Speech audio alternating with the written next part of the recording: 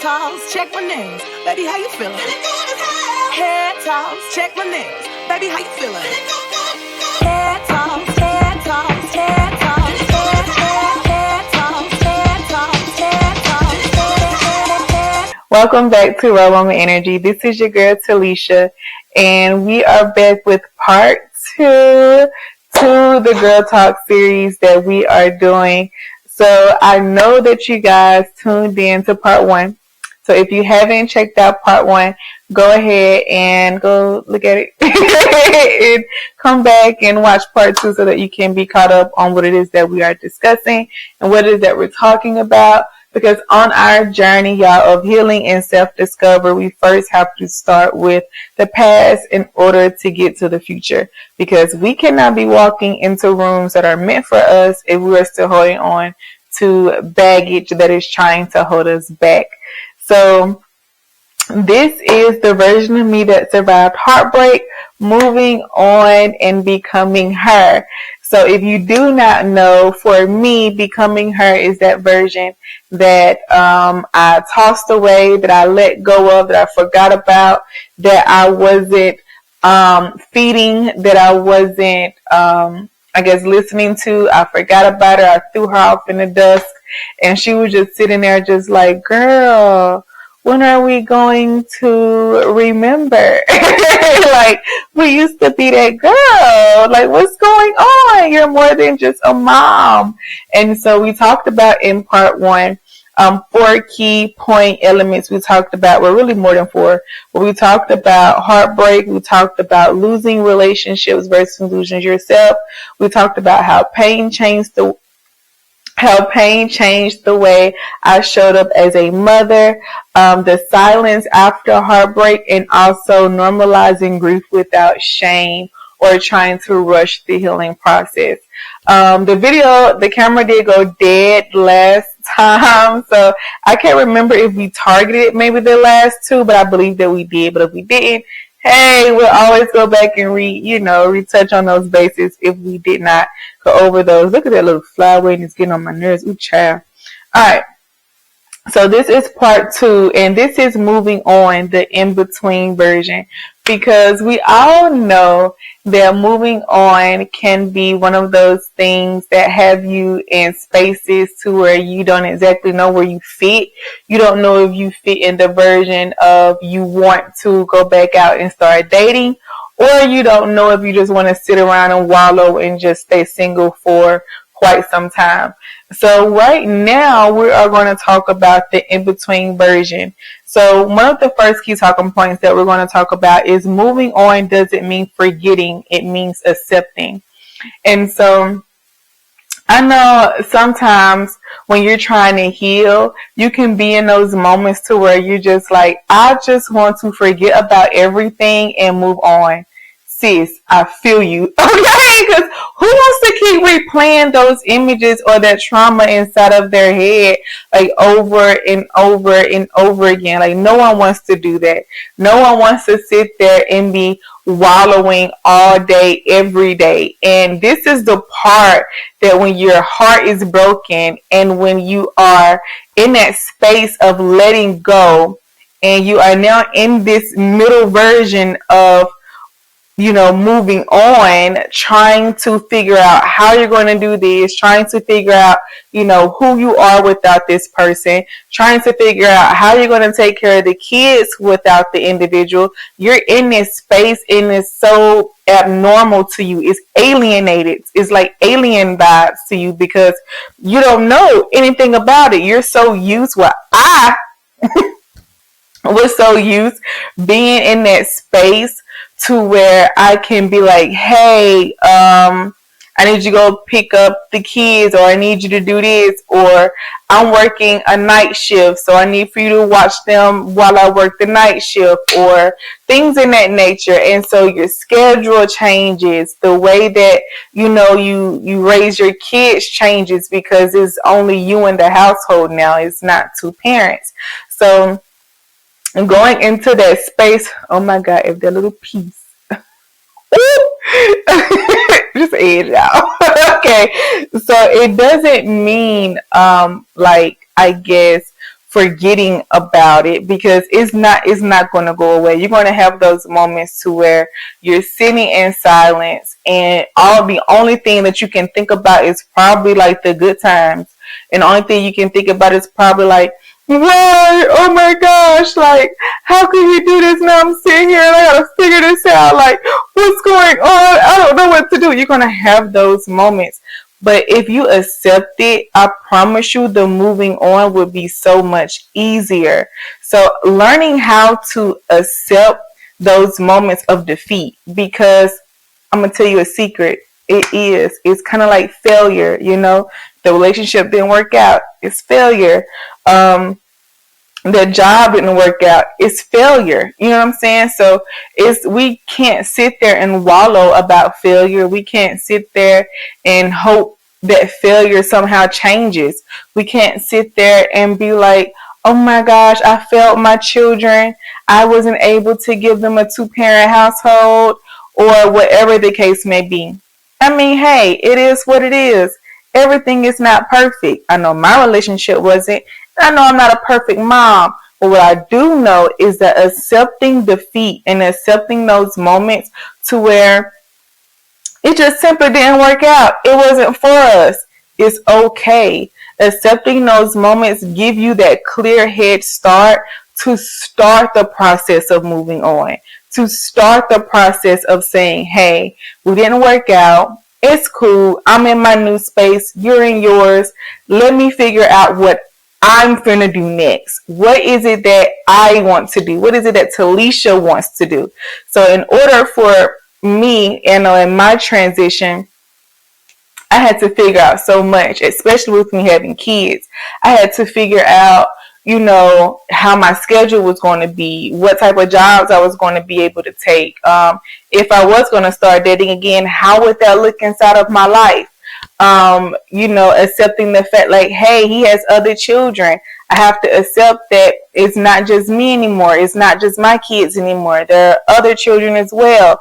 So being in that space of just accepting change, accepting, it didn't work out. This is that, gives you that head start to be able to move on and fully be able to walk into that new life that you want and creating that new life that you want and being in a space to where you can sit back and breathe finally and start those things that you forgot about, those things that was in the dark that you kept.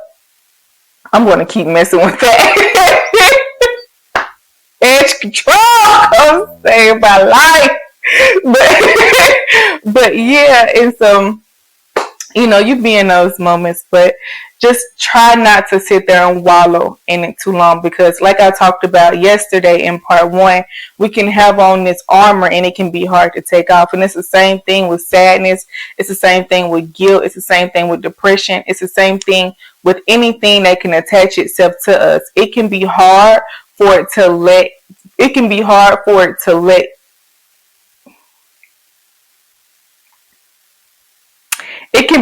to let it go. Cause we just get it out. I don't know, it want to come out. It want to tell y'all. Just let it go. It will tell y'all that. But yeah, just being in a space to where you can be able to take off that armor and shed those moments of, I guess defeat and failure and sadness and depression and all of these things that try to keep you from being in the space that you're in now. That's trying to stop you from moving on to becoming a better you.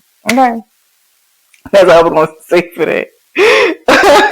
The uncomfortable middle, not healed, but no longer broken. Y'all, that space can be confusing. So I'm going to say this one more time, okay? So the uncomfortable middle, the part that's not healed, but is no longer broken, that part is tricky because it can make you think that you're healed because you're no longer broken. It can make you feel like you're in a space to where you're ready to open up your heart again, but you're not because you're not healed. It can make you feel as if like you've forgotten all about the things that he has done and it's not hurting you no more because you're not in that space with that person no more, or you're not with that individual no more. It's a lie. It's a trick. you're just not in a space to where you're broken down anymore. You're not taking the BS. You're not hearing the hurtful words. You're not feeling like you're less than yourself. You're not being in a space where you're having to compromise your relationship versus yourself. You're not in those spaces no more. You're in a space now to where you can fully choose you. So it can make you feel like you're ready to tackle the world, but you're really not. You're only in a space of recognition. You're in a space to where you need to reflect. You're in a space to where you need to start picking up that pen and that paper and start journaling down the things that you went through so that you can heal, so that you don't take it all into the next relationship. Because I'm going to tell you this, going into relationships back to back to back to back is detrimental. Not only is it detrimental, you're hurting everyone that you're going into a relationship with because you're not healed.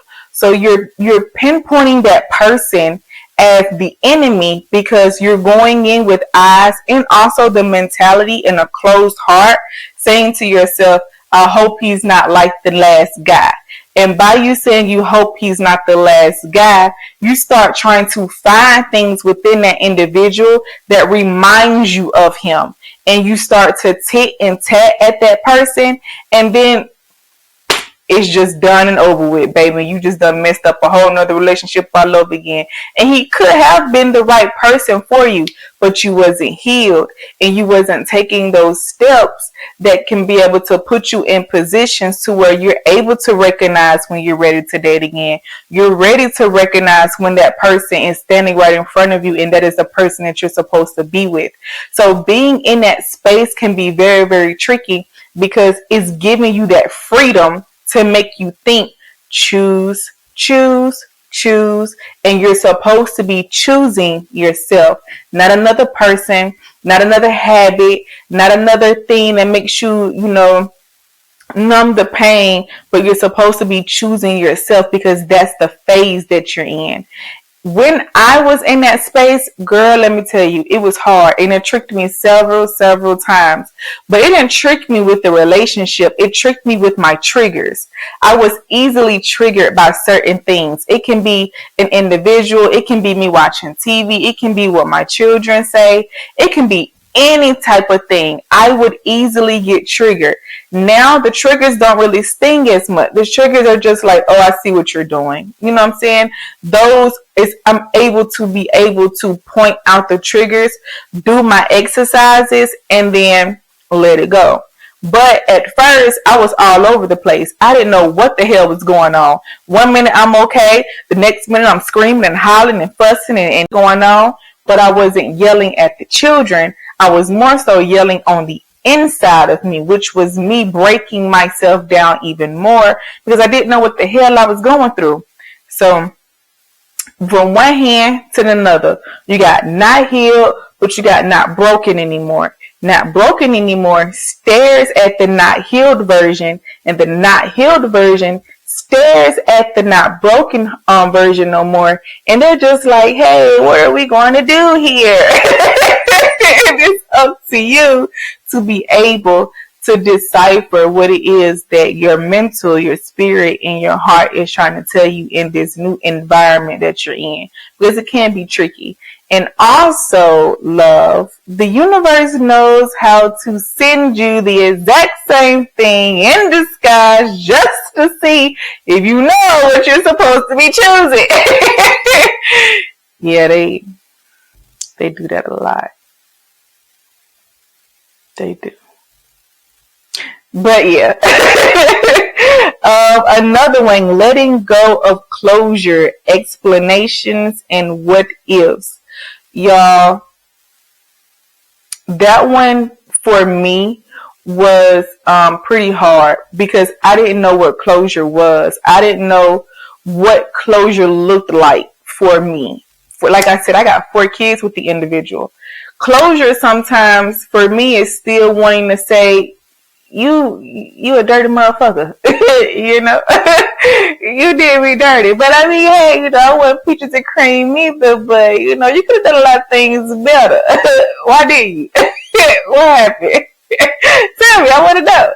But I put aside the closure part because at the end of the day, I've heard a lot of I'm sorry's. I heard a lot of please forgive me. I heard a lot of it wasn't supposed to be like that. I heard a lot of that. And to be honest, that didn't bring me closure. Me trying to explain, to myself the reason why I left, that didn't bring me closure. And sometimes I'd be like, well, what if he didn't cheat? And what if, I would have went off to the army, and what if this, and what if it doesn't matter. Those things doesn't matter because at the end of the day, it doesn't serve a purpose. It's not going to change anything. It's not going to make your life better. It's not going to give you a sense of relief because at the end of the day, you're still holding on to all of that baggage, to all of that weight that you experience with that individual or experience with whoever it is, whether it's a friendship, a relationship, whatever. You're still carrying that type of baggage because you went through it. And me telling you I'm sorry doesn't really make you feel better. So let's just all take that in. That don't really make you feel better because once the person say that they're sorry, what do you do after that? Like, do you let that person back into your life and say, hey, you got permission to come hurt me again? Well, I understand what you did. It's cool. I forgive you. And you go on and then you have to deal with still that pain and still that trauma. Yeah, it's cool for you to apologize because you are acknowledging the fact that you hurt somebody. And it's cool that we can be able to talk about it and get some type of understanding on why this and why that. But at the end of the day, you still have to heal. You still have to move on. So what if that person never gives you closure? Or what if you just always constantly sit around and wonder what if? Like, what are you going to do then? If the person never gives you closure, what are you going to do then? Are you going to sit around and continuously keep waiting and waiting and waiting? Or are you going to get up and you're going to say, hey, I'm going to take the initiative and I'm going to heal from this individual because he or she did me dirty and it just is what it is. So like, what is it that we're going to choose? Are we going to choose sitting around and wallowing all the time? Or are we going to use this in-between mode to start healing? Are we going to use this in-between time, this in-between self-reflection that we have going on to fully actually heal from the trauma? Or are we going to go out here and create more trauma? Like, explain to me what we're going to do. What we going to do? Because I'll tell you what I did. I chose more trauma. I did. I was dumb, y'all. That was an emotional outburst. It was emotional outburst. But I did, y'all, because I didn't understand. I didn't understand the phases of what it was that I was going through. I was hurting. I was just trying to numb the pain. I didn't know what to do. Y'all, was an emotional wreck. The only thing that I could think about, and this is me being truthful and me being honest, the only thing that I could think about was my life. I didn't think about my children. I didn't think about the individual. I thought about the plans that I had for my life. I thought about all of the opportunities that I missed. I thought about all of the jobs that I could have had. I thought about all of it. And in the midst of me thinking about all of it, the pain it hurted even more. And I was just like, what the hell am I supposed to do with this shit? I didn't know what to do with it. You try praying and you try doing all of this, but it doesn't fully make the pain go away. So I had to say to myself, okay, let me feel it. Instead of me trying to run from this pain, I gotta feel it. I gotta feel what it is that I'm running away from in order for me to understand it and for me to heal from it. So I started journaling. I started doing a lot of self-reflection. I started taking a lot of accountability and not just looking at the other person and saying, it's your fault. Damn it. I took a lot of accountability because I had a lot of opportunities to walk away, but I didn't. And so within those things, it's going to hurt because you're going to also have to blame yourself. And don't nobody want to look in the mirror and think that they're stupid. Don't nobody want to look in the mirror and blame themselves for the reason why their life is the way that it is. No one wants to sit there and do that. But I guarantee you, when you start doing that and you start taking accountability for the things that is stopping you or has hurt you, and you start to say, hey, I'm responsible for it too. Even though you did some fucked up shit. That was an emotional outburst. Even though you done some things, okay? I'm going to take accountability too, because it takes two. And it doesn't take one, it takes two. So when we start realizing that, and once we start understanding these steps of healing and start understanding how we're supposed to be healing, what are we supposed to use in the time of our separation between another person, then the healing becomes easier. It still hurts and it still stings and it still stinks a little bit, okay? But it's going to become easier. And then you start to look at certain things and you start to say to yourself, yeah, I don't want to be with that type of person anymore. You know what I'm saying? Your discernment starts to form. So we sit around and we say, well, how am I supposed to know who I'm supposed to choose if I'm healed and I go out here and choose the wrong person again? Once you start healing and once you start taking those steps that I've been laying out, your discernment is going to start to form. You're going to start looking at people with different type of eyes, different type of vision. No matter what try to change it, what try to steal it, it ain't going to be able to be stolen because you healed authentically. You took time to really check yourself. Can't nobody really check you. Like you can think you checked me on something, but I can go out here and do the same thing to another person. So you didn't really check anything. You just, what's the word I want to say? Delivered your point on me hurting your feelings. That's the only thing that you did. And you did it in a way that made it sound good and that was supposed to make me change and become a better person, but it didn't. It just made you look and feel relieved from what it is that you said to me, but it's all right, girl. I'm going to go ahead and do the same thing to another person. The true checking comes from you checking yourself. Once you check yourself, baby, can't nobody check you on nothing. All right, and that's a fact. Another thing is learning to sit down with emotions instead of escaping them. This goes into what it is that we talked about earlier. Well, just now, not earlier, just now. Sitting down with yourself, being silent, reminiscing. Think about those moments. Think about every last one of the moments. I'm serious. Think about it. Reminisce. Journal about it. Cry about it. Listen to Patti LaBelle, baby. Listen to it all, baby. Yes, I did. Oh, so alert. But listen to it all. Listen to those songs that's going to make you cry and think about it, because you're going to have to sit down with yourself and you're going to have to say, I gotta let go of it, and I can't keep running from it, because I ran from it.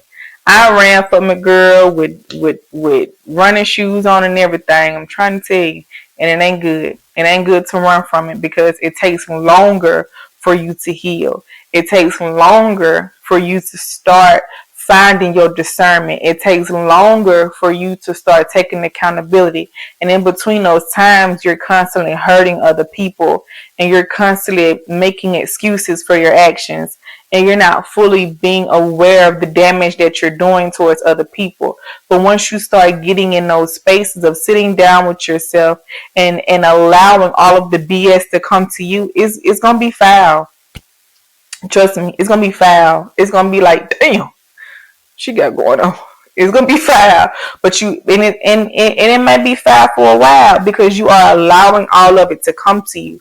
You're allowing all of the hurt and all of the pain to come to you, so that you can check it, so that you can be able to check yourself and be able to let go all of these things that's going on with you that you have dealt with from the individual. You're going to be going through those steps of rejuvenation. And in order for you to be rejuvenated, you're going to have to shed, you're going to have to die, you're going to have to let go. And not mean like physically die, but dying from old versions of yourself. You're going to be dying from being selfish. You're going to be dying from being stupid and making stupid decisions. You're going to be dying from allowing bad boys to come into your life and make your life fucked up. It's going to be those type of things. I mean, ain't nothing wrong with a bad boy. You know, ain't nothing wrong with it. Choose wisely, okay? Choose wisely. Releasing guilt for choosing peace. This is one. People want to make you feel bad.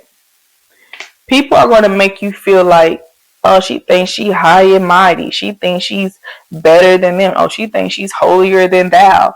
Oh, she thinks she's all that. Oh, what she thinks she get off? That was an emotional outburst. I went through that. I felt that a little bit. I did. But they are going to make you feel like that because they don't understand what you're doing. They don't understand this version that you have now created. They don't understand it. And it's going to make them feel like you're a phony. It's going to make them feel like you're being fake. It's going to make them feel like you are a goody two shoes. It's going to make them feel like that because they're so used to the old version of you. And they're going to try to make you feel guilty to get you to go back to your old ways. So they're going to try to start triggering you. They're going to start trying to bring up old things about you. Like, oh girl, you were such and such did this and you went and you lashed out and you was mad and da-da-da. They're going to start bringing up things like that. Oh girl, you remember when I used to come over to your house, you used to be a mess, girl, and you barely used to clean up, but you would sit down, you'd be smoking a blunt, you'd be sitting up there drinking and watching TV, girl. They're going to try to make you go back to those old habits because that's just a version of you that they're used to. Girl, I used to sit in my living room and my baby, they used to be at work and the kids would be sitting right there on the couch and they'll be, eating their little Cheerios and watching TV. And I'd be sitting over there, chilling, drinking, doing whatever it is that I do, minding my business and setting a bad example for my children, doing it in front of them. Like, that was horrible. That was stupid. That wasn't the example that I wanted to give my children and how I wanted my children to be. So for me, not smoking and not drinking for as long as I have been doing it now is a beautiful thing to me. And now sometimes I'm gonna go get me a cocktail and my kids will be like, Mama, and I'm like, damn, I was supposed to hide that. But it's not you being perfect. It's just you being better. It's just you choosing better, choosing how you do things, choosing how you move, choosing how you respond, choosing how you act, choosing just how the way that you want your children to be. And it's hard because old habits die. Old habits do die. But sometimes old habits is hard to kill. Can we get that out? Right, Tate. But old habits are hard to kill, but they do die. So, it's a beautiful thing to be in a space to where you're no longer wanting to be in that chaotic environment. You're not wanting to turn to narcotics or turn to alcohol so that you can be able to numb the pain that you got going on. Don't nobody want to sit there and be, not present for their children because that's not feminism at all. That's not boss status, to be honest. And it's not ladylike. It really isn't. And we have all these different type of versions. Oh, girl wasn't ladylike. Oh, girl, da-da-da. But it's true. I mean, in actuality, it's true. So that is what I wanted to talk to you about for today. The in-between version of healing. When you're in that space. Hold on, y'all. I'm trying to find where I was at. Let me stroll on back up. Going back up there. There we go. Dang. But being in that in-between. So it's hard once you get in a space to where you're no longer with that person and you no longer have that access. I mean, the access can be opened back up, but do you want to do that? You know, I don't think you want to do that. That's not cool. So being in that space to where you're finally saying, okay, I'm single, but I ain't ready to mingle. What I'm gonna do, I'm gonna heal. That was cute. It was cute. So that's what we gonna do. I'm single, but I ain't ready to mingle because I'm trying to heal, and I don't want to be bringing in baggage into a whole nother relationship. Now, where I'm at now, for me, not for y'all, but for me, I would say where I'm at. I've been in the middle version for, I would say I was in the middle version for like a year and some change. And I'm still in the middle version as far as the healing part, because healing is an everyday process. You just don't wake up and be like, oh, I'm better, I'm healed. No, healing is an everyday process because my baby daddy is not my only heartbreak. I got some from family members too. Okay, so it's an everyday process that you have to process, that you have to fight continuously every day. But once you be in that space of understanding, like, okay, I know what to do when these things happen, when these traumas and these triggers try to show up. Now I know how to fight them. Now I know what to do. Now I know how to be able to maneuver around this situation. Now I know how to take accountability. Now I know how to look for someone with discernment.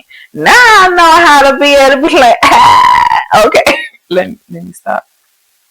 Yeah. But being in that space, so I think now I would say I am in a space to whatever happens, happens. I'm not looking for nothing. I'm not rushing nothing. I'm not running from anything at all. So it's like whatever happens, happens. And that's just the space that I'm in right now.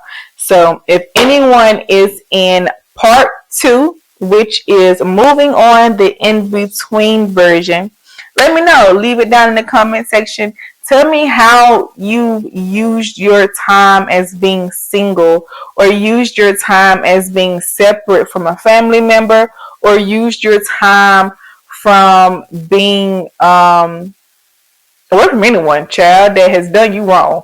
Just tell me how the way you utilized your emotions, how you utilized your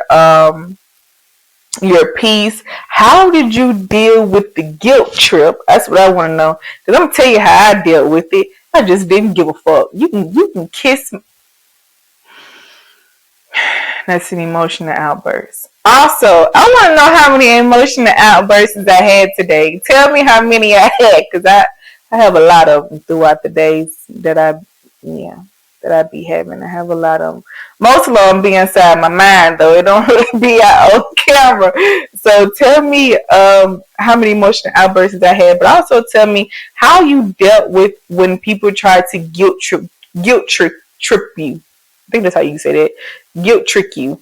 Try to make you feel guilty for wanting to choose peace over chaos, wanting to choose your sanity over, all the other shit or whatever. And I need to stop cussing so much. I probably done cussed about 4 or 5 times in this video today. I think I need to stop doing that. I don't know. I done changed a lot. I don't think I'm changing. I don't think I'm gonna keep changing them, but I'm just playing. Change is good. Change is good. Affirmations for the close out of the video. I don't rush my healing. I trust my timing. We cannot rush healing. We can't rush in trying to build something or trying to increase something. We have to trust the timing. We cannot rush it. Trust the timing, because trust me, God is always on time. All right. I release what I can't control. Release it, love, because you couldn't control that man cheating on you. You couldn't control your family member doing you dirty. You can't control what these kids do. Let it go. Release it. And go on about your day and continue to go through it. Okay, I mean, continue to get through it. I no longer chase clarity that costs me peace. I don't care about no closure. I don't care about understanding on why you did what you did. I don't care. I'd rather keep it moving. You did what you did. I understand that. Everybody ain't perfect. You chose to do me like that. You don't need to explain yourself. I get it. But I let you go, love, and I'm going to continue to move on with myself and have the clarity of knowing that humans are just messed up beings that's trying to get it every day in life. Another one, I am allowed to move forward without permission. You don't need permission. You don't need permission to leave. You don't need permission to do anything that you want to do. You don't have to ask for permission to do anything. You can do what you want to do. That is what free will is. Okay, you got free will, girl. You better use it. Shoot, that man, he'll learn how to cook his own meal. Get it gone, get on about it. And so, yeah, that is part 2 for today on the topic how I survived heartbreak, the healed version of me, and becoming her. That was too much. This is your girl Talisha with Raw Woman Energy. If you are interested in healing, I do have a course on school. Go check it out. I should put the link in the description. Sometimes I do, sometimes I don't. But I will share my profile of school on Facebook so that you can be able to check it out. Also on Substack and also on YouTube. So also don't forget to like, comment, and subscribe. And tell me what your girl think. Tell your girl what you think about today's episode. And yeah, I hope everyone be blessed. Choose yourself. Choose peace. Don't ask for permission. Do you? Because that's what her is all about, baby. You don't need rules, baby. You set them. Bye.